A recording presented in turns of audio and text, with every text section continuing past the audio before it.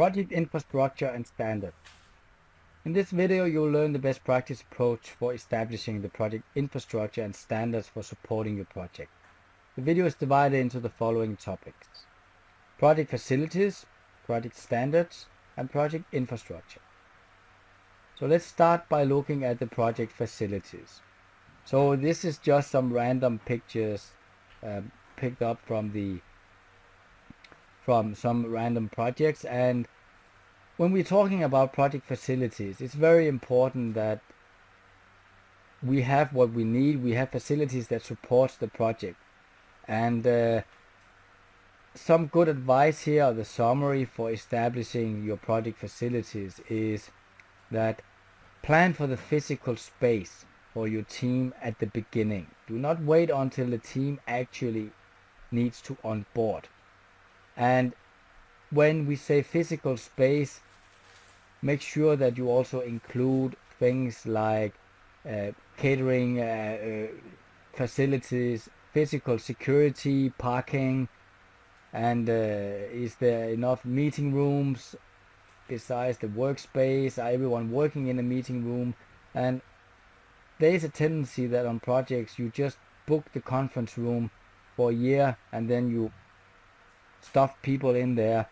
And one lesson learned here, one consideration you need to factor in is remember to have the ergonomic consideration. I already mentioned the security, but I'll mention it again: security to the building, to the facility, and security if there's an open space. Do you need to have lockers with locks on it that can be used for storing sensitive material, access to printers that need to be under control, and so on. And then the ergonomic. If you have people sitting in a meeting room, it is not an optimal workspace, and in some countries you might be violating labor laws. So make sure that you don't come as a surprise that I have the physical space, I have the number of seats that I need for my team, but then it is seats that is unsuitable or not been considered with security and ergonomic eyes. Also, check that if any members of your team have special requirements. It might be related to their culture, it might be related to their physical health. So are certain members, in order to work, do they need special desks, special chairs? And some members might be from cultures where there is specific requirements, such as praying rooms, or it might be in China where there is a lot of superstitious about where are you facing and not facing, and the numbers on the rooms and doors and so on. So make sure that you take into consideration when booking or finding your physical space, assigning it, that which are the members that will be occupying it. I'll give you an example. I had a project in Japan, and the physical space was fine. It was partitions, which is normally used in Asia, which is uncommon in Europe, where you need more ergonomic correct desks. But the desk was simply too low for the leg size of a European average, and you had to modify some of the desks or get additional chairs for you to actually sustain being able to sit there for full working hours of a full working day. So take into consideration your members' special needs, different sizes. One size doesn't fit all. Different health requirements, physical requirements. There might be some cultural things that you need to take into consideration. The same goes for if your project provides catering, which is normal in Europe, that there is a canteen. Make sure that you check if you have vegetarians or people on board that need special meals. That tends to be forgotten if you are used to having an only workforce in the local country. So project facilities are important, and it is very much people's home when they work on the project. So also put out guidelines. How do you want people to treat the project facilities? Are they allowed to bring in personal effects? What are they not allowed to bring in? It can be a security concern, or it can be a simple space issue, but make sure you think about this, because there are different cultures, and in Europe, US, it is very much common that you build your own little home with personal effects, pictures of the family and kids. You have some very important items on your desk, whereas in Asia, sometimes it's a very like partitions in a factory, and you just have the same partition, and at the end of the day, it's completely clear, everything is locked away.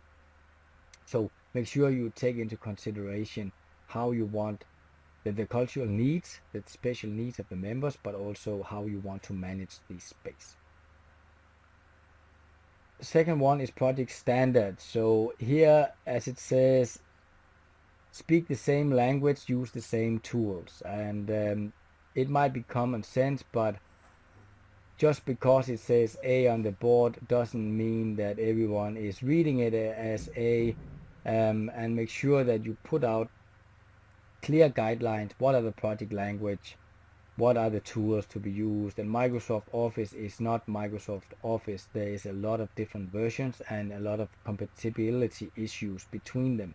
So make sure you have clear guidelines for, on this project you will be using Microsoft Office in either this version or this version.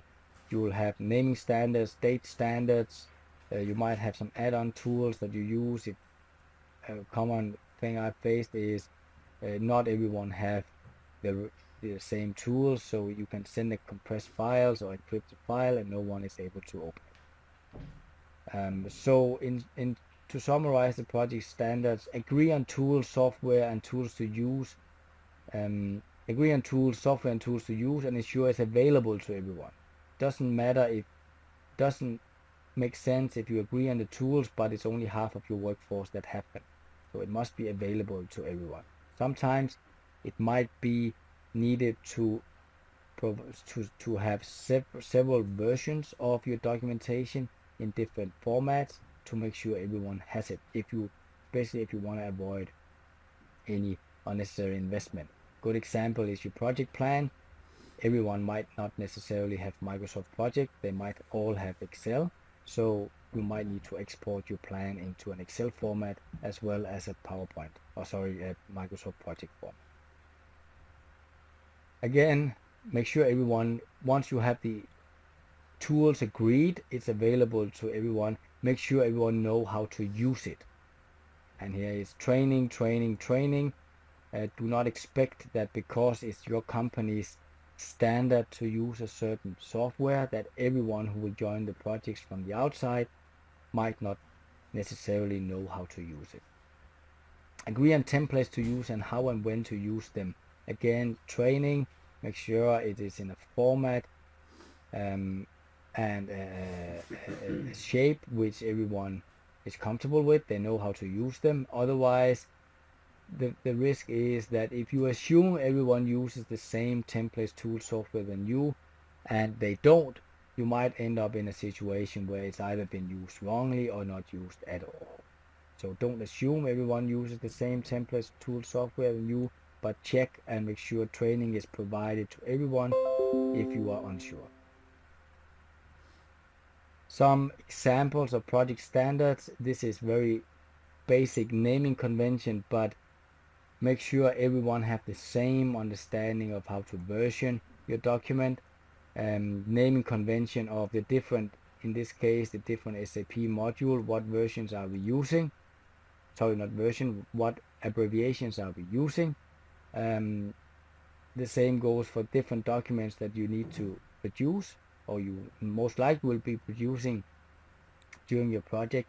Agree on what is the naming, what is the naming of the files and the documents you produce, meeting minutes, tracking sheet, and so on, and also agree on where to store them. And that comes a little bit to the project infrastructure. So here I put into a random diagrams or schematics.